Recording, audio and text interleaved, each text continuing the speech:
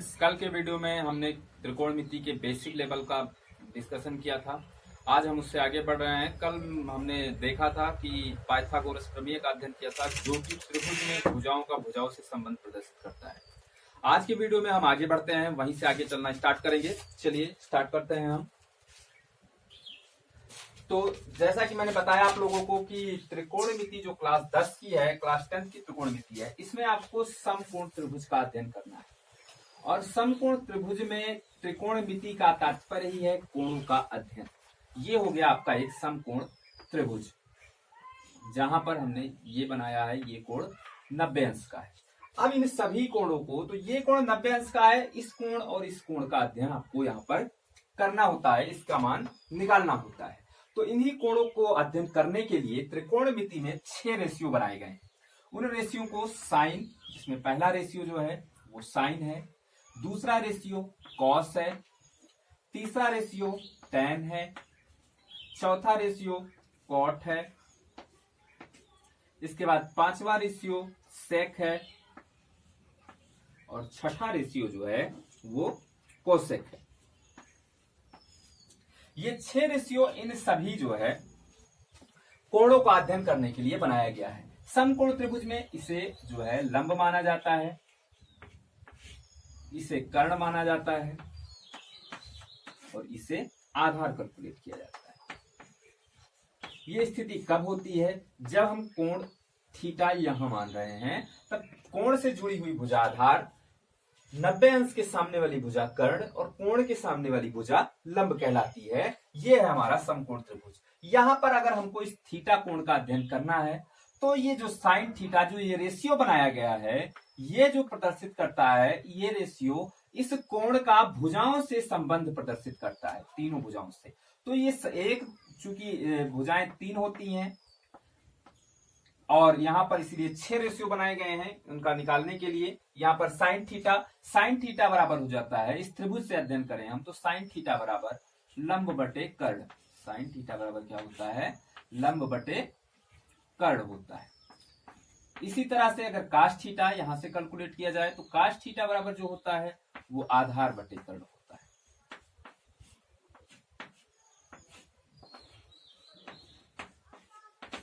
और tan theta की बात की जाए, तो टैन थीटा बराबर होता है लंब बटे आधार।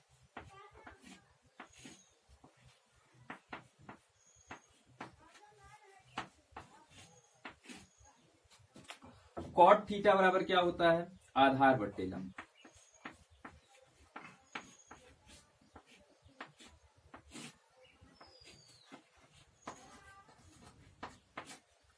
और आपका सेक थीटा बराबर क्या होता है? कर्ण बटे आधार।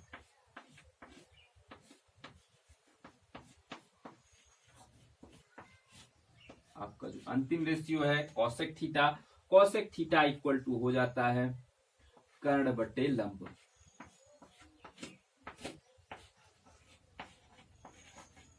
इस तरह से ये 6 रेशियो इन कोणों का अध्ययन करने के लिए बनाए गए हैं। अब इसमें हम देखते हैं कि जो मुख्य रेशियो हैं ये साइन थीटा और कास थीटा ही है। बाकी जो ये 4 रेशियो हैं, ये साइन थीटा और कॉस थीटा की मदद से ही निकाले गए हैं।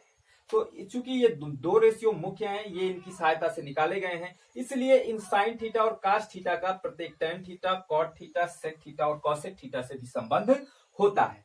तो ये चीजें आपको यहाँ पे समझना है कि साइन थीटा बराबर लंब बटे कर्ण, कॉस थीटा बराबर आधार बटे कर्ण, टैन थीटा बराबर लंब बटे आधार, कॉट थीटा बराबर जो होता है,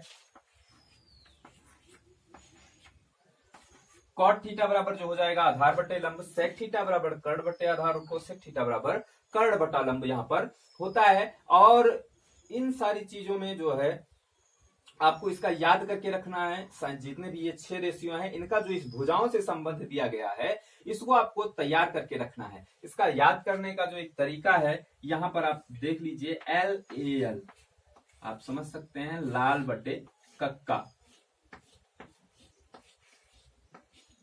ये लंब बटे कर्ण हो गया, आधार बटे कर्ण हो गया, और लंब बटे आधार। यल से लंब, ए से आधार, यल से लंब, कर्ण कर्ण आधार। यानी यहाँ पे आपको पहले देखना है कि साइन थीटा बराबर क्या होता है? लंब बटे कर्ण।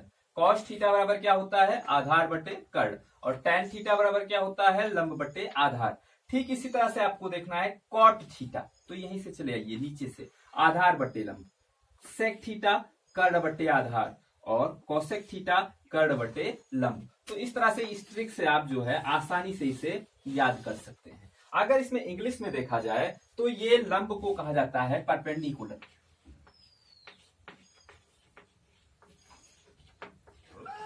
ये है परपेंडिकुलर। कर्ण को हाइपोटेनियस कहा जाता है और आधार को बेस कहा जाता है। इस तरह से लंब को हम P से प्रदर्शित करते हैं, कर्ण को H से प्रदर्शित करते हैं और आधार को हम B से प्रदर्शित करते हैं क्योंकि ये बेस होता है। अगर आपको इंग्लिश में याद करना है तो साइन थीटा बराबर क्या हो जाएगा, perpendicular upon hypotenuse. Cos theta बराबर बेस अपान हाइपोटेनियस। इसी तरह से टेन थीटा बराबर परपेंडिकुलर अपान बेस हो जाएगा, और कॉट थीटा बराबर क्या हो जाएगा, base upon perpendicular. Sec theta बराबर क्या हो जाएगा, हाइपोटेनियस अपान बेस, और कोसेक थीटा बराबर क्या हो जाएगा, हाइपोटेनियस अपान परपेंडिकुलर। तो ये इंग्लिश में इसको हम इस तरह से समझते हैं। अगर इंग्लिश में याद करने की आपको ट्रिक है तो ये आ जाता है P B P upon H H B. इसको आप आसानी से पाकिस्तान भूखा प्यासा, हिंदुस्तान हरा भरा, या पंडित पंडित बद्री प्रसाद हरी हरी बोल, इस तरह से आप इसको याद कर सकते हैं। इस ट्रिक से आपका ये जो है 6 रेशियो जो होगा सही तरीके से आपके दिमाग में बना रहेगा। यानी आपको कंफ्यूजन नहीं होगी कि साइन थीटा बराबर लंब बटे कर्ण है या काश थीटा बराबर लंब बटे कर्ण है, क्या होगा इसमें आपको कंफ्यूजन कोई यही जनरेट होगी। यहाँ पर इस ट्रिक से आप जो है इसको अच्छे से दिमाग में रख सकते हैं। तो इसको आप नोट कर लीजिए। इसके बाद हम आगे बढ़ते हैं। इसमें ये आपका जो है साइन थीटा, ये तो हो गया इस जो है रेशियो का, इस त्रिभुज की भुजाओं से जो संबंध प्रदर्शित करता है, ये 6 रेशियो हो गया। इसके बाद में इन रेशियो का भी आपस में कोई ना कोई रिलेशन होता है, तो उस रिलेशन को हम आगे देखेंगे, जो कि आपके ये दोनों चीजें ही आपके पहले चैप्टर के लिए बहुत ही महत्वपूर्ण होती हैं। तो इसको हम जो है, ये हो गया, इसको अगर हम यहां पर लिख सकते हैं कि अनुपातों का भुजाओं से संबंध, अनुपातों का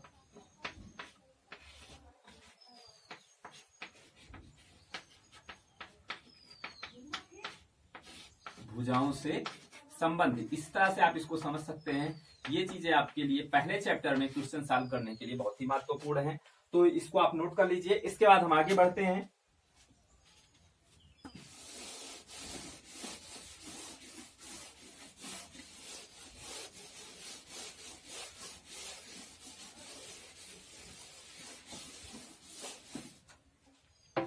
अब यहां आता है अनुपातों का अनुपातों से संबंध।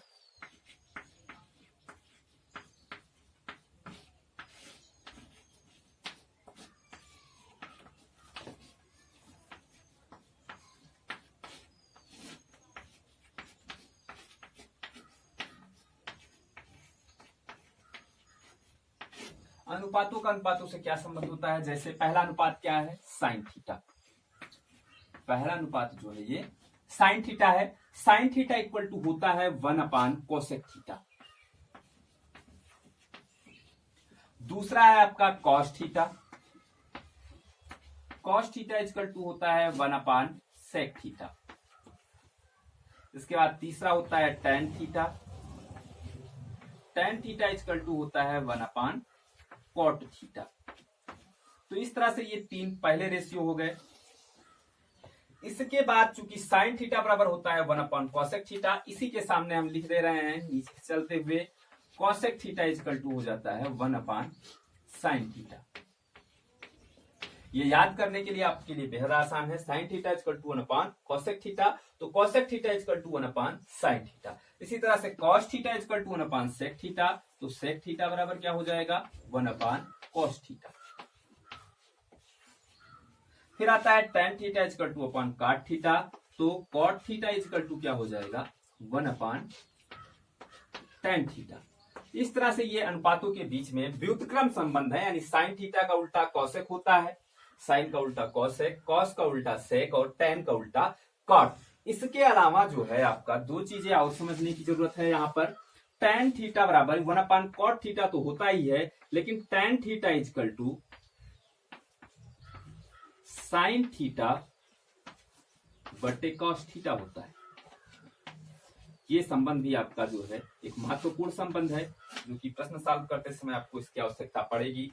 और इसके बाद में आता है कॉट थीटा, इसका भी एक अन्य रिलेशन है 1/tan थीटा के अलावा कॉस थीटा अपन साइन थीटा। तो इस तरह से ये जो है अनुपातों का आपस में संबंध है, व्युत्क्रम संबंध इसको कहा जा सकता है। ये चीजें आपके लिए बहुत ही महत्वपूर्ण है। ये जो मैंने अभी इसके पहले बताया कि अनुपातों का भुजाओं से संबंध, और दूसरा ये अनुपातों से संबंध, ये आपके पहले चैप्टर इतनी चीजें अगर आपको क्लियर हो गई हैं अभी तक जो पढ़ाया जा चुका है पार्ट 1 में और पार्ट 2 में जो मैंने अभी तक क्लियर किया, इतनी चीजें अगर आपको समझ में आ गई हैं तो अब आप अपने जो है त्रिकोणमिति के परिचय का जो पहला चैप्टर है उसे आसानी से सॉल्व कर सकते हैं। चलिए अब हम प्रश्नों पे आते हैं। पहला चैप्टर अभ्यास प्रश्नावली 2 जो है यहाँ पर आपके एनसीईआरटी की बुक के अकॉर्डिंग इसमें जो है 8.1 प्रश्नावली है, तो जिसको मैंने अपने पैटर्न में पहले नंबर पर लिया है, इसको आप नोट कर लीजिए। इसके बाद हम आगे बढ़ते हैं।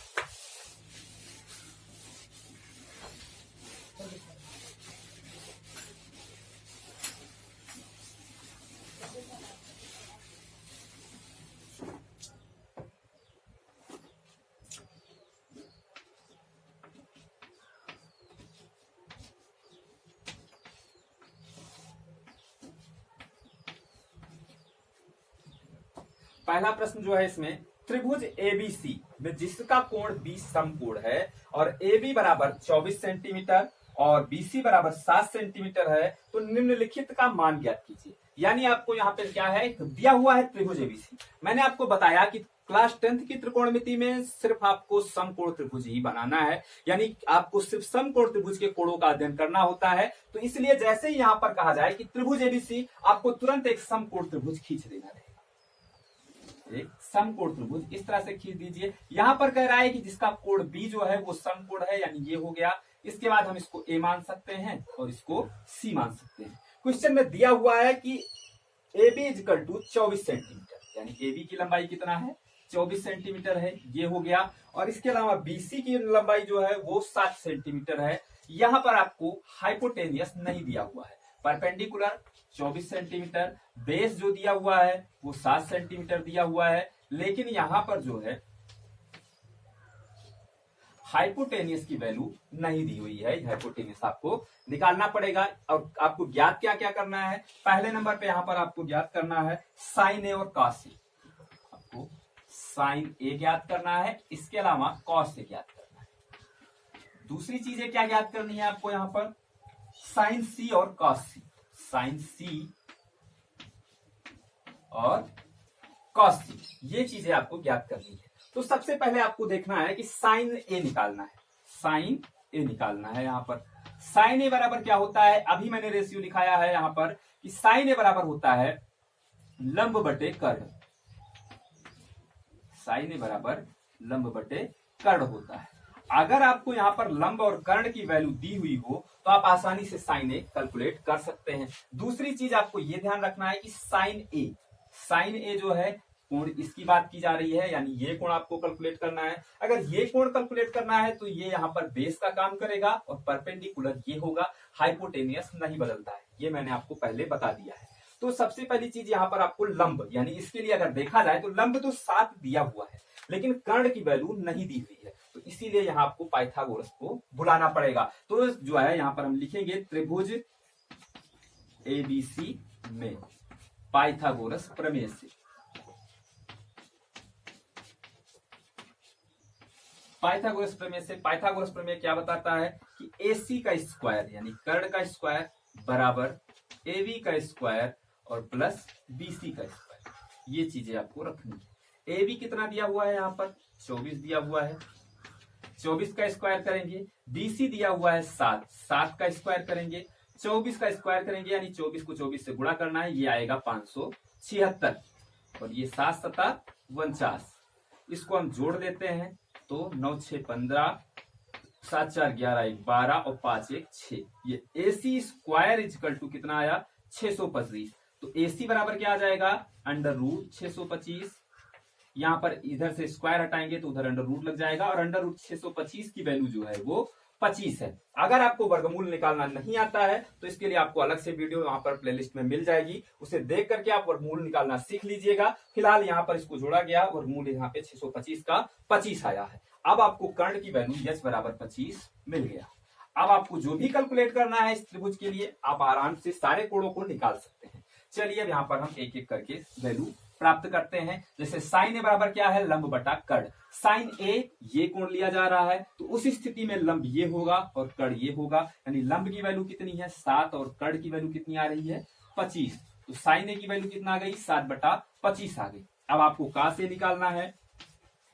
का से बराबर क्या होता है, आधार बटे कर्ण।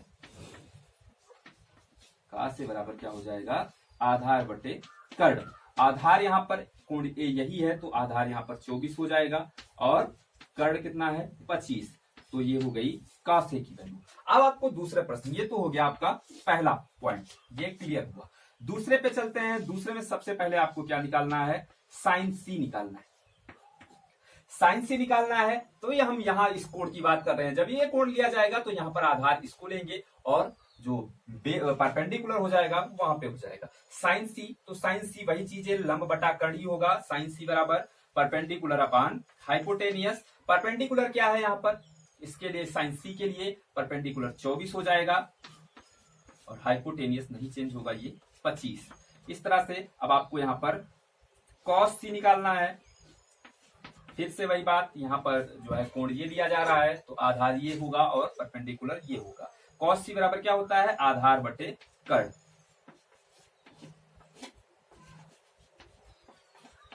तो आधार यहाँ पर 7 हो जाएगा और कर्ण नहीं बदलने वाला है, वही रहेगा 25।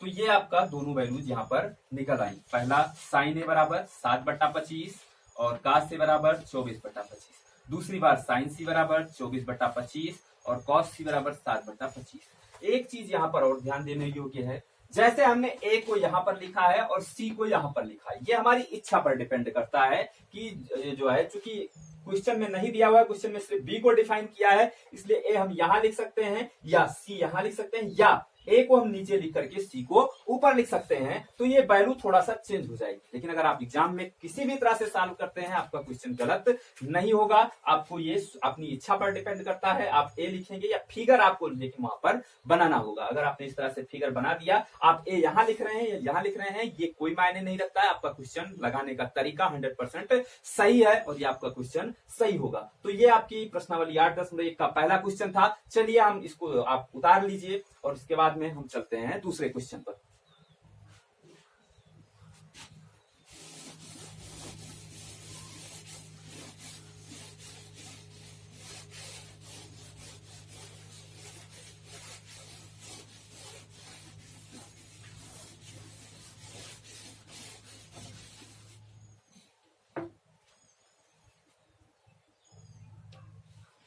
इसमें दूसरा क्वेश्चन कह रहा है एक आकृति दी हुई है जिसमें tan p माइनस काट r का मान ज्ञात करना है। एक इस तरह से यहाँ पर आकृति बनी हुई है, एक समकोण त्रिभुज बनाया गया है जिसमें इस भुजा इस पॉइंट को Q कहा गया है, यहाँ पर ये पॉइंट P है और ये पॉइंट यहाँ पर R लिखा हुआ है। जहां पर ये इसकी वैल्यू 12 दिया हुआ है, इसकी वैल्यू 13 दिया हुआ है, ये वैल्यू आपको यहाँ पर नहीं दी हुई है। और इसमें वैल्यू आपको किसकी कैलकुलेट करनी है, tan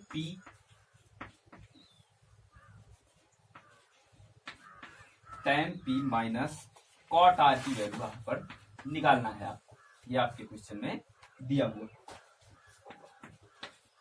इसी की वैल्यू कैलकुलेट करनी है। तो tan p और cot r, सबसे पहले आपको समझना है कि tan और cot एक दूसरे के उल्टे होते हैं।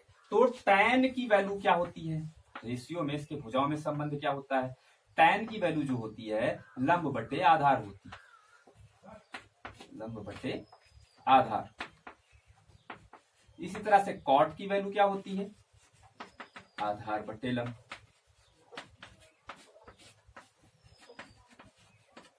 तो यहाँ पर आपको लंब और आधार इसी की जरूरत है। यहाँ पर अगर देखा जाए हम tan p ले रहे हैं तो लंब इसके लिए ये कैलकुलेट किया जाएगा, क्यों, क्योंकि कोण से जुड़ी हुई भुजा जो होती है वो आधार, इसके सामने वाला लंब होता है। तो क्यू आर की वैल्यू नहीं दी हुई है, इसलिए आप यहाँ पर tan p नहीं कैलकुलेट कर पाएंगे जब तक ये वैल्यू आप नहीं निकाल लेते हैं। तो इसको निकालने के लिए आपको एक क्या करना पड़ेगा, बस वही पाइथागोरस प्रमेय, त्रिभुज पी क्यू आर में पाइथागोरस प्रमेय से, ठीक, क्या करना पड़ेगा यहाँ पर, पी आर का square equal to P Q का स्क्वायर प्लस क्यू आर का स्क्वायर। यहां पर हम पी क्यू और क्यू आर आगे पीछे लिख सकते हैं, चाहे हम आगे क्यू आर लिखें पीछे पी क्यू लिख दें। हमने बताया था इसमें जो है ये क्रम विनिमय नियम है, तो इसको जो है इसमें आपको कोई कंफ्यूज नहीं होना है। चलिए आगे बढ़ते हैं। पी आर की वैल्यू यहाँ पर दी हुई है 13 का square equal to P Q की वैल्यू दी हुई है 12, ये हो गया 12 का स्क्वायर। और इस तरह से क्यू आर की वैल्यू आपको निकालनी है। ये 13 का स्क्वायर करेंगे हम 169 169 आएगा, और 12 का स्क्वायर करेंगे 144 144 आएगा, और प्लस ये क्यू आर स्क्वायर।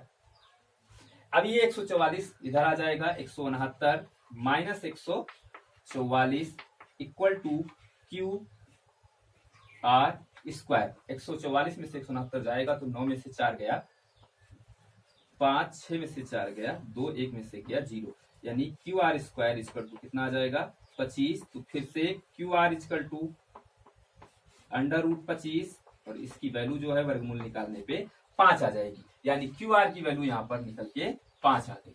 चलिए अब आगे बढ़ते हैं। आपको क्यू आर की वैल्यू मिल गई। अब आपको जो भी निकालना है tan p minus cot r निकालना है। ये वैल्यू मैंने यहाँ पर लिख के रखी है, tan p minus cot r। अब हमको लिख लेना है यहाँ पर tan p की वैल्यू जो होगी ये क्या होता है, लंब बटे आधार। तो tan p बराबर लंब बटे आधार माइनस cot r की वैल्यू आधार बटे लंब। लेकिन यहां आपको ध्यान देना है, सबसे बड़ी चीज जो है आधार बटे लंब। tan p के लिए आपको लंब क्या हो जाएगा, tan p जब कोण हम ये लेंगे तो लंब यहाँ पर क्यू आर हो जाएगा। इसके लिए लंब जो हो जाएगा वो क्यू आर हो जाएगा, और आधार क्या हो जाएगा पी क्यू। जबकि हम cot r के लिए चलेंगे, cot r के लिए तो कोण ये हो जाएगा, यानी आधार यहाँ पर ये है, लंब ये हो जाएगा। तो cot r के लिए ये क्या हो जाएगा क्यू आर, और बटे लंब क्या हो जाएगा पी क्यू। अब ये वैल्यू हम वहां से निकाल के रख देते हैं। क्यू आर की वैल्यू 5 हो जाएगी, बटे पी की वैल्यू जो हो जाएगी वो 12 हो जाएगी। इस तरह से यहां पर भी फिर से वही क्यू आर की वैल्यू 5 और इसकी वैल्यू 12। अब ये देखने में एकदम से सेम है, इसकी वैल्यू क्या आ जाएगी 0, यानी tan p minus cot r की वैल्यू क्या आ गई, फाइनली 0 आ गई। यही आपका आंसर होगा। ये रहा दूसरा क्वेश्चन। तो आपको शायद समझ में आ गया होगा। जो भी इसमें आपको कंफ्यूजन होती है आपकी कंफ्यूजन क्लियर कर दी जाएगी। ये आपका था दूसरा क्वेश्चन चैप्टर का। चलते हैं हम आगे तीसरे प्रश्न पर। इसको आप नोट कर लीजिए, स्क्रीनशॉट ले लीजिए, या वीडियो जो है पुश करके थोड़ा नोट कर लीजिए। आप जिस हिसाब से आप काम करना चाहें कर सकते हैं।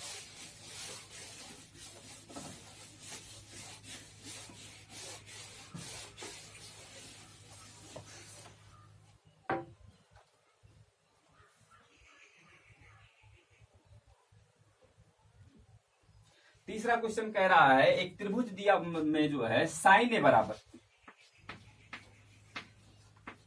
ए बराबर दिया हुआ है 3/4।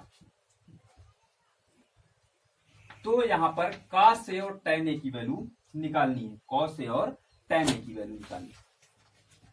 cos ए और tan ए ये वैल्यू आपको कैलकुलेट करनी है। दोनों वैल्यूज कैलकुलेट आपको करना है। आपको दिया हुआ है साइन ए बराबर 3/4। साइन ए बराबर 3/4। ए क्या है, कोण है। 3/4 ये क्या है, भुजाएं, त्रिभुज की भुजाएं हैं। तो यहाँ जो है त्रिभुज का कोण और भुजाएं दिया होता है, तो इन्हीं में संबंध आपको निकालना है। तो इससे पहले जो है आप पहले एक त्रिभुज यहाँ पर खींच लीजिए, ठीक है। अगर इसको हम ए मान लेते हैं, इसको बी मान लेते हैं, इसको सी मान लेते हैं, हमारी सुविधा के लिए ये मानना थोड़ा सही रहेगा। तो ये कोण ए है, तो इसका मतलब क्या हो गया, साइन थीटा या साइन ए बराबर क्या होता है, लंब बटे कर्ण। लंब बटे कर्ण होता है। तो इसका अर्थ हो गया, अगर कोण ए है तो यहाँ पर लंब ये हो जाएगा, लंब इसका 3 और कर्ण जो है वो 4 आ गया।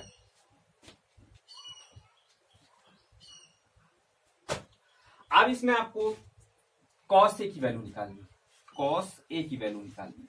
cos A बराबर क्या होता है, आधार बटा कर्ण, आधार बटा कर्ण। अब हम त्रिभुज पे नजर डालते हैं तो यहां हमें आधार की वैल्यू नहीं पता है। आधार की वैल्यू नहीं पता है तो हमारे पास एक ब्रह्मास्त्र रखा हुआ है त्रिभुज ABC में पाइथागोरस प्रमेय से। पाइथागोरस प्रमेय से लिखेंगे, क्या लिखेंगे, AC square equal to AB square plus BC square. AC की वैल्यू 4 दी हुई है, ये हो गया 4 का स्क्वायर।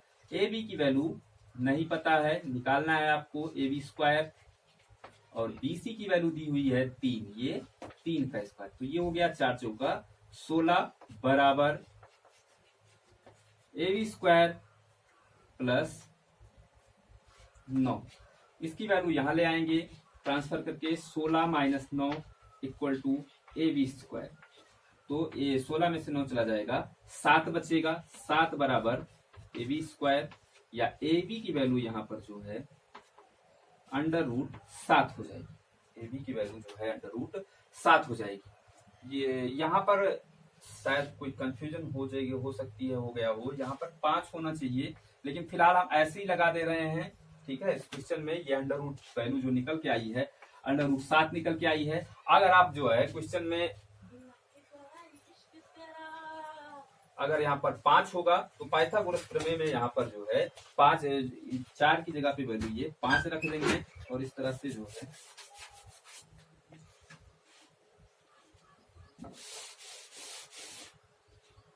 ये हो जाएगा 25 इक्वल टू AB स्क्वायर और प्लस 9।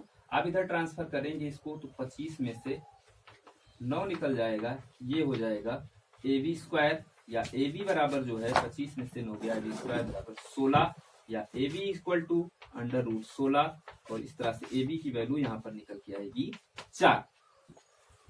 तो ये वैल्यू अगर 5 होगी तो ये वैल्यू यहाँ पर 4 निकल के आ जाएगी। इस स्थिति में यहाँ पर 5 होना चाहिए था। चलिए, अगर एक मैंने दोनों तरीके से आपको लगा के दिखा दिया है। अगर ऐसा 3/5 होगा तब क्या आएगा, या अगर इस स्थिति में ये वैल्यू अगर 4 होगी तो ये वैल्यू √7 निकल के आएगी। फिलहाल हम इसी पे कैलकुलेट करते हैं। तो cos A की वैल्यू निकालनी है आपको, आधार बटा कर्ण। यहाँ पे आधार 4 हो जाएगा और कर्ण जो है वो 5। cos A की वैल्यू 4/5 आ जाएगी, या tan A की वैल्यू जो हो गई, tan A बराबर क्या होता है, लंब बटे आधार। लंब इसका 3 दिया है, tan A बराबर लंब बटे आधार। लंब यहाँ पर 3 दिया हुआ है और आधार इसका दिया हुआ है 4। तो ये tan A की वैल्यू जो है 3/4 आ गई। तो ये रहा आपका तीसरा क्वेश्चन। आप इसी तरह से क्वेश्चन को सॉल्व करिएगा। बाकी सारे क्वेश्चंस आपको अगले वीडियो में मिलेंगे, पार्ट 3 में। जिन लोगों ने पार्ट 1 नहीं देखा था वो लोग पार्ट 1 पहले देख लें, उसके बाद पार्ट 2 देखेंगे तो ये सारे क्वेश्चन जो भी बताए गए हैं आपको समझ में आएंगे। बाकी क्वेश्चन जो आपके यहाँ पर मैंने 3 क्वेश्चन का डिस्कशन किया है, बाकी आगे के क्वेश्चन आपको पार्ट 3 में मिलेंगे। और जो भी चीजें आपको समझ में नहीं आ रही हैं उसके लिए आपको कमेंट बॉक्स में जरूर कमेंट करके पूछ लीजिएगा, सारी चीजें आपको क्लियर कर दी जाएगी।